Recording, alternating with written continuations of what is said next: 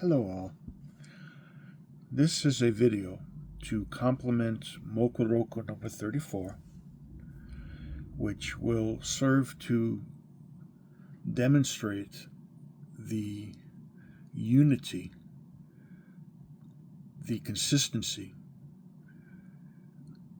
of our kamais, our body movements, generally speaking, and strategies.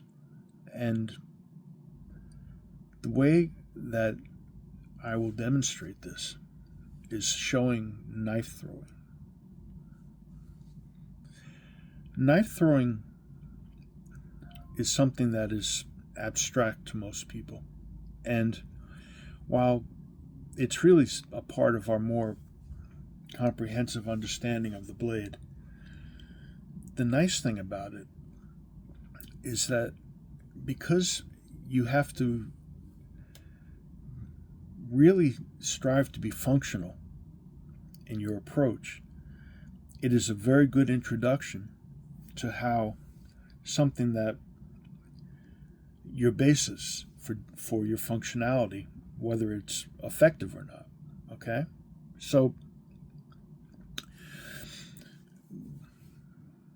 by showing the different kamais and throws, we will see that the same principles apply regardless, whether we're using a knife, or kempo jits, or any weapon to speak of. In order to do that, I'm going to be using a two-dimensional space, half a square with two targets, and I will be showing the different throws, why they are done that way, and how that will eventually show us concepts that apply throughout. These concepts are all geared towards understanding when we're dealing with any sort of an evolving situation, the force is not necessarily going to be directly in front of us. So we have to be able to train in such a way that we're using 5 dimensions. 5 dimensions meaning a 4-dimensional object is in chot simply static. It's in front of you. When you add the 5th dimension, you have time. Time means things are happening, things are changing. It becomes an ever-evolving situation with 4-dimensional objects, okay? So we have to be able to adjust our distance, timing, and understanding of orientation to reflect those changes. Otherwise, we can even practice very fast, but when something actually happens, it tends to overwhelm people, only able to conceive of being attacked on one vector of force. Okay? So, we'll be doing the rest of the videos showing the throws and the kamais. And I have to apologize, I forgot the name of haso kamai. But haso kamai is the throw that is done from this position, okay? Just like when we're cutting from this position, okay? This translates to moving in with a sword cut.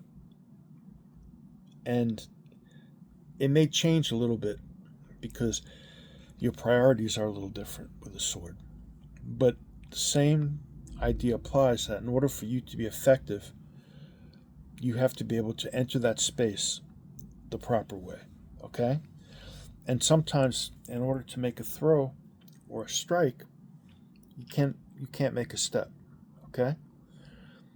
That's what applies in this situation, as opposed to when you're using a sword with this particular kamai, okay? We use haso orientation in this case to make a throw from the ear without stepping. The rest we'll see in the other videos. It's pretty self-explanatory. But what I want you to take from this is the unity when you understand distance, timing, in terms of beats, rhythm, body positioning, and training your whole understanding to be in a circle, not in a straight line, when it comes to encountering any sort of a force that you're dealing with. All right, we'll end there for this.